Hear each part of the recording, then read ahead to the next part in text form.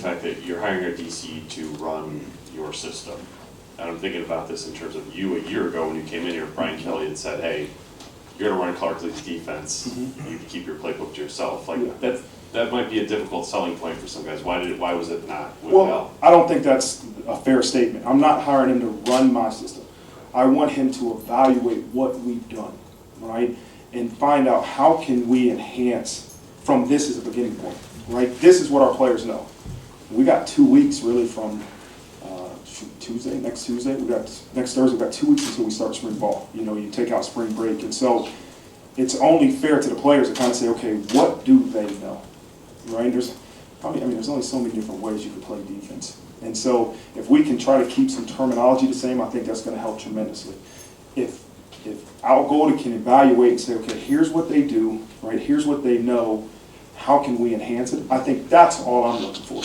Is somebody to start and really evaluate where they're at. I didn't have to do it. I came in and said, I really don't care what you guys did last year. Here's what we're doing. And I try to keep some terminology the same.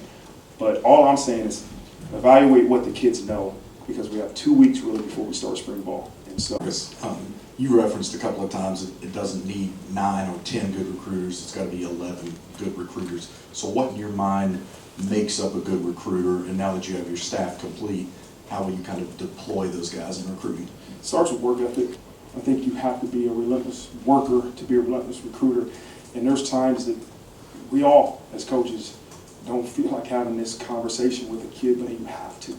You have to. It's about putting in the effort, getting on the phone and making sure that you're developing a relationship with the kid, with the parents, with the coach, and anybody that has an impact on this kid. And so that, to me, is what makes a really good recruiter, somebody that's willing to work at it and be very intentional about the relationships he's trying to build with that person. But also is the evaluation, right? It's the ability to evaluate. We all can look at the different ratings and websites and say, okay, we're going to recruit X, Y, and Z because they have offers, they have high ratings. But to truly evaluate and figure out, is that kid talent-wise the best player for this program? And then develop a relationship and see if he is a person the right fit for Notre Dame, because not every kid is. And so that, to me, is what we're looking for in relentless recruiters. And then once you made a couple of hires or retained a couple of guys, you had some NFL teams come after them, some other Power 5 teams come after them. So what do you credit to being able to keep some of these coaches, and what did you take or learn from that process? Yeah, I mean, ultimately, the selling point is, do you want to be at Notre Dame? Do you believe in what Notre Dame can do for your future, right? And we're not looking to match. We're not looking to do anything. We're trying to say, hey, here's the position. Do you believe this is what's best for your career? I mean, I had to fight guys for office coordinator, right? Obviously, I know it's out there that there's a lot of teams, and a certain team that won him a couple weeks ago. And so, ultimately, my conversation with Tom and Rees is, do you want to be here, man? Is this where you want to be? And you know, do you see yourself getting to your ultimate goals from Notre Dame? And obviously, we were able to fight off a lot of people to get him. Same thing with Deland, McCullough. Same thing with Al Golden. When you're at Notre Dame, people want your guys.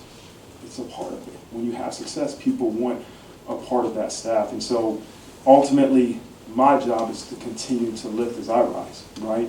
I'm a head coach at Notre Dame. It doesn't get any better than that. But I think we have a staff full of people that will have goals and aspirations. And our job, my job as head coach, is to try to continue to do what's best for our players here, but also help these coaches, individuals, get to their ultimate goal.